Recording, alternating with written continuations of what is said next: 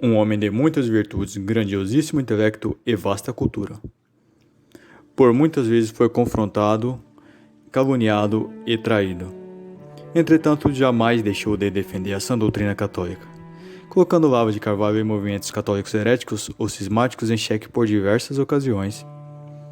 Ao ver os erros que as religiões antropoteístas cometiam, após ganharem força ao fim do Concílio Vaticano II, que provocou grande confusão na Igreja e evidenciou o estado deplorável em que o magistério se encontrava, contaminados por uma mentalidade revolucionária, sinais que evidenciam não só a infidelidade, mas também a apostasia do clero, para com a verdade revelada pelo próprio Cristo. Resolveu se revestir da armadura de Deus e combater um bom combate. Seus escritos se posicionam contra o Concílio Vaticano II, a liberdade religiosa, o modernismo, o gnosticismo, a maçonaria e a Conferência Nacional dos Bispos do Brasil, CNBB. Também escreveu sobre a Idade Média, a qual era admirador, e sobre o romantismo alemão, tema de sua tese de doutorado, o que faz um dos poucos especialistas brasileiros no tema. Trabalhava na defesa e promoção da missa tridentina, a qual recebeu renovado interesse após a publicação do motu próprio do Papa Bento XVI. Entre o final de 2004 e o começo de 2005, no meio das polêmicas sobre o uso de células-tronco embrionárias, recolheu mais de 150 mil assinaturas contra seu uso.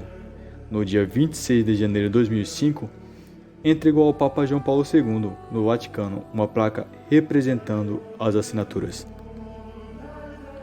Debateu com Hélio Bicudo sobre a pena de morte, com Olavo de Carvalho sobre o gnosticismo, com Felipe Aquino, membro da comunidade Canção Nova, sobre o modernismo e o Concílio Vaticano II, e com Dom Estevão Bittencourt, monge beneditino, sobre o Concílio Ecumênico e a liberdade de religião aos olhos da doutrina da Igreja aparentemente negado no Concílio Vaticano II. Era grande combatente da teologia da libertação, da renovação carismática católica e do ecumenismo. Por isso criticava Leonardo Boff, Frei Beto, Padre Marcelo Rossi e Monsenhor Jonas Abib.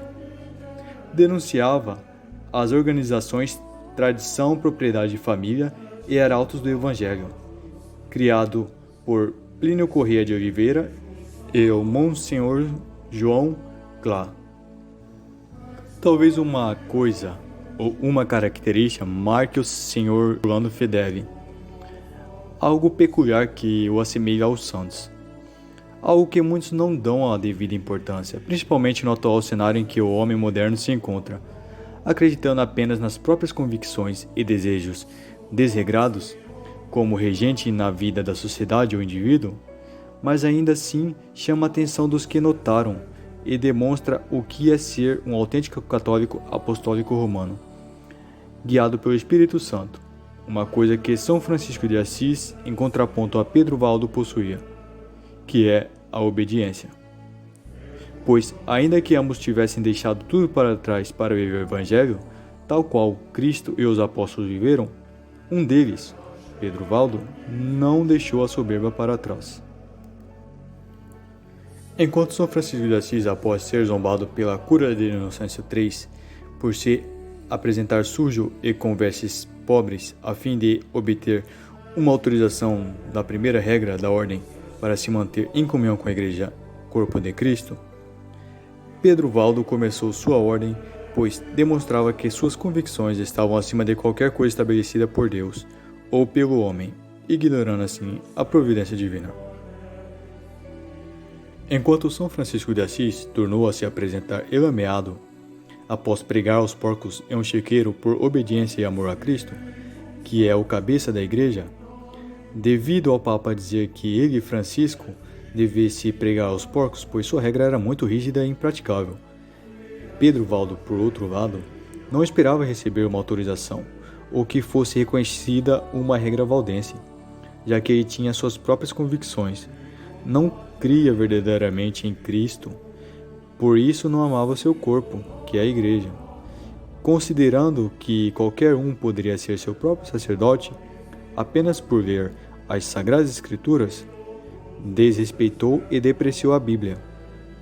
que se tornou um livro interpretativo tal qual os romances da época, profanando as Sagradas Escrituras, já que a autointerpretação sugere que o sagrado é inteligível por si só, e não divino sobrenatural, de difícil compreensão para os que não receberam a revelação diretamente dos apóstolos que as transmitiram e escreveram.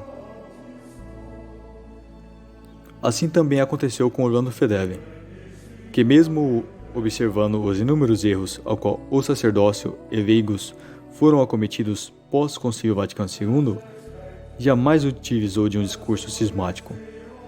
Combateu sim os erros do sacerdócio e maus leigos. Entretanto, jamais abandonou a igreja, pois a Cristo não se vira as costas.